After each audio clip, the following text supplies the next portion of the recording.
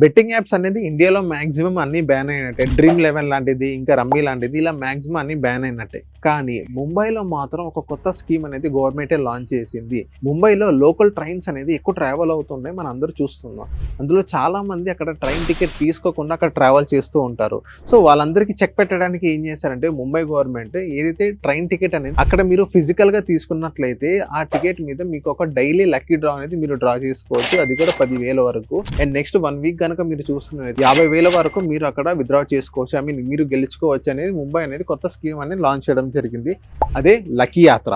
So ఈ scheme అనేది మీకు ఎలా అనిపించే కింద కామెంట్ చేయండి. కామెంట్ చేసే ముందు ఒక్కసారి ఈ రీల్ చూడండి.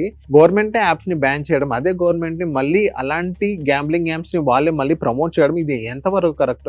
ఈవెన్ టికెట్స్ కొనమని చెప్పడం తప్పులేదు, కానీ మీరు ప్రైజ్ మనీ విన్ అవుతారు చెప్పడం ఎంతవరకు కరెక్ట్? ఈవెన్ గవర్నమెంట్ కానీ అక్కడ ఏదైనా ట్రైన్ టికెట్ కనుక రెవెన్యూ పెంచాలంటే అక్కడ వాళ్ళు బార్గెట్స్ పెట్టాలి.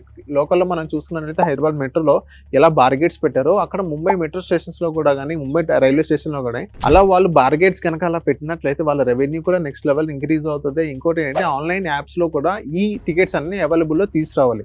సో అక్కడ నుంచి కూడా వాళ్ళకి రెవెన్యూ అనేది జనరేట్ అవుతుంది. సో ఇవన్నీ కాకుండా వాళ్ళు జస్ట్ మీకు ఒక 10,000 విన్ అవుతారు, 50,000 విన్ అవుతారు అని చెప్పడం ఎంతవరకు కరెక్ట్? మీరు ఆలోచించండి. ఆలోచించి కింద కమెంట్ చేయండి.